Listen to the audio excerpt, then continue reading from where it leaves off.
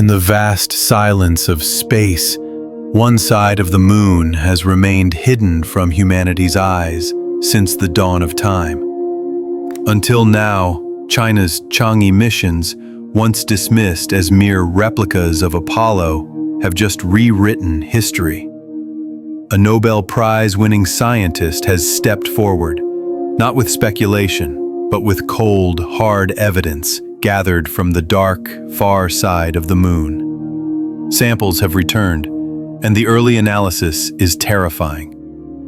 The moon, long believed to be a silent witness to Earth's formation, now appears to be a ticking cosmic time bomb of geological anomalies, unknown substances, and energy reserves so powerful they could determine the next global superpower.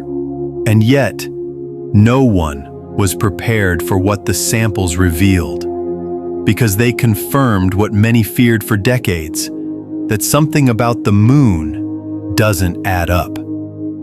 Join us on the enigmatic journey of why, as we delve into another mystery surrounding Nobel winner WARNS. China's new moon discovery just stopped the world. While NASA was tangled in political delays and Mars-bound ambitions, China quietly pursued a mission far more strategic. Through the Chang'e program, named after the Chinese moon goddess, they mapped, landed, sampled, and most critically, succeeded where no other nation dared: the far side of the moon. A place Earth never sees, a place radio signals cannot reach. And in 2019, with Chang'e 4, China became the first country to land a rover there. But it wasn't just a feat of engineering, it was a statement of intent.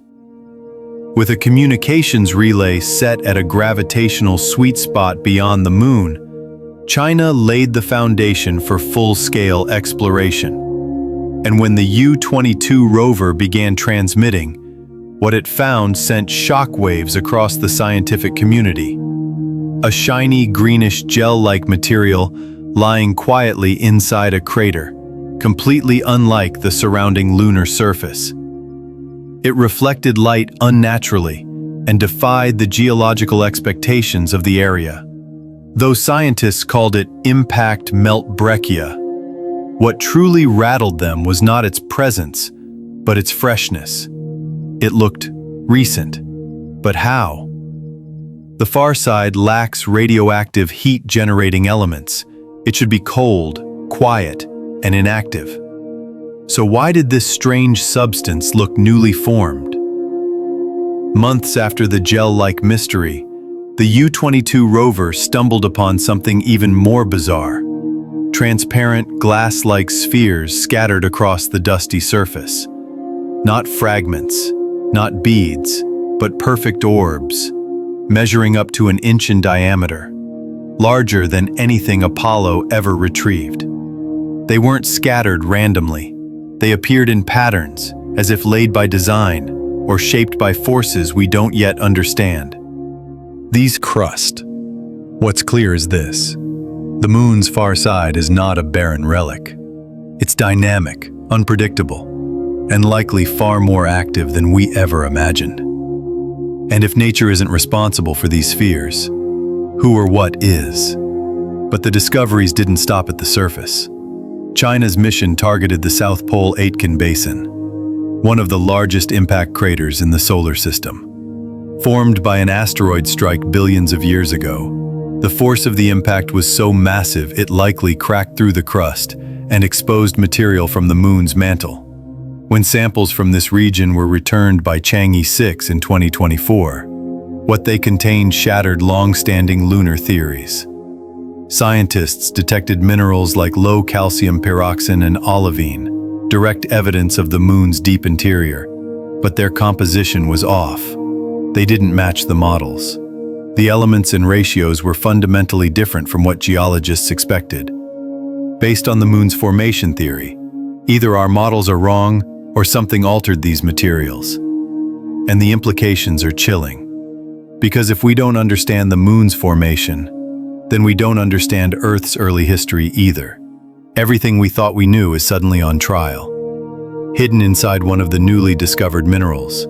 Chang'e was a trapped element that could redefine civilization. Helium-3. Rare on Earth, but abundant on the Moon, Helium-3 is the holy grail of clean energy, capable of fueling nuclear fusion without radioactive waste.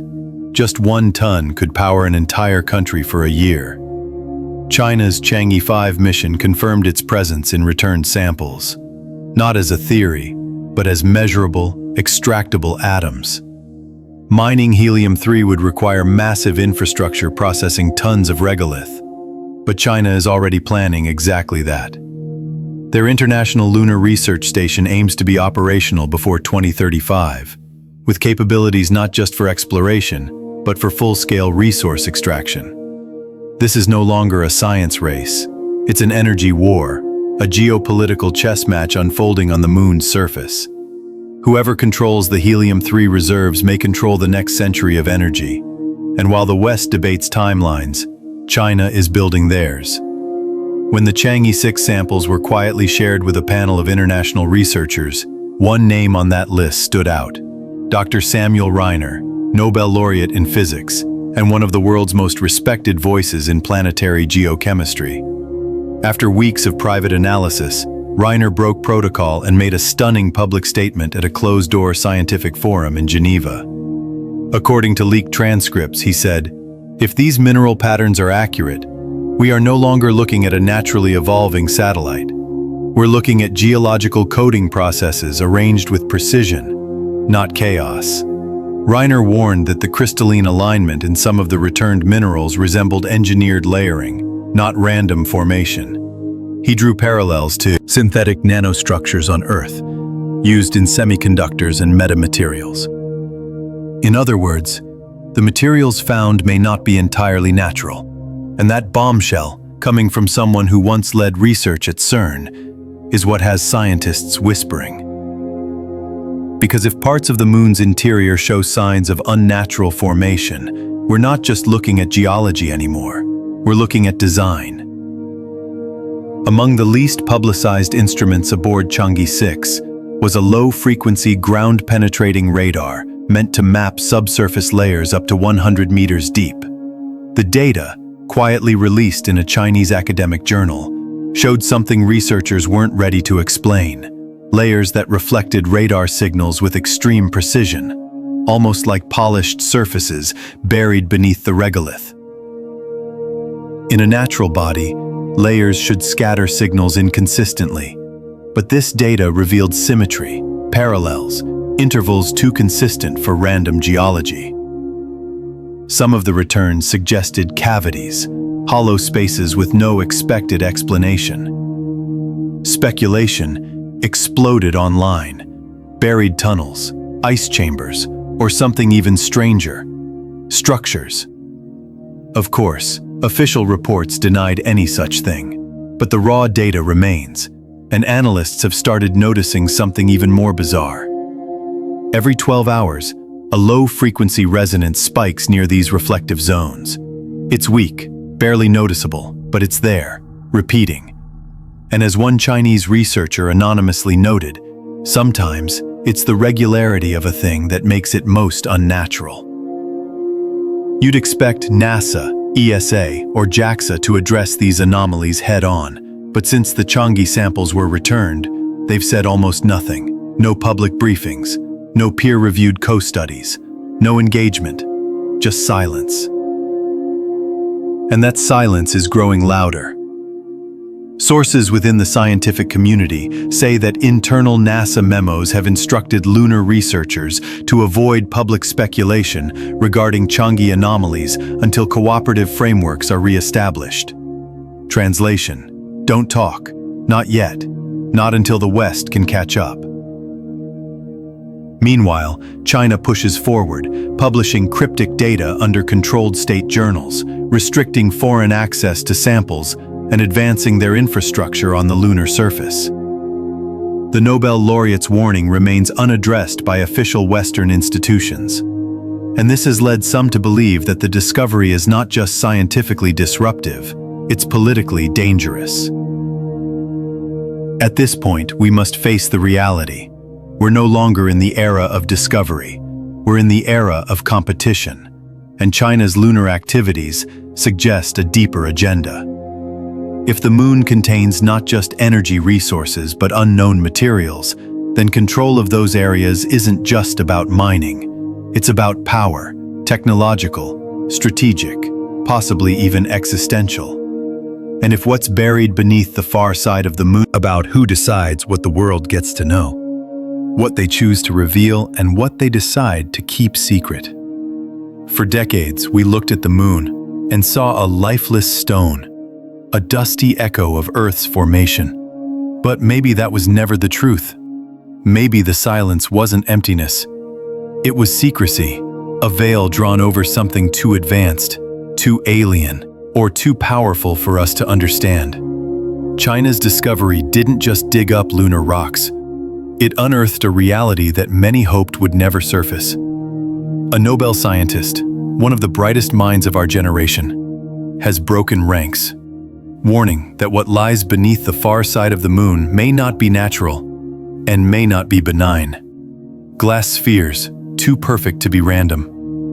Resonances repeating like a pulse. Geological formations that reflect, align, and resonate. Not with chaos, but with design. If even a fraction of this is true, then we are standing on the edge of a cosmic revelation.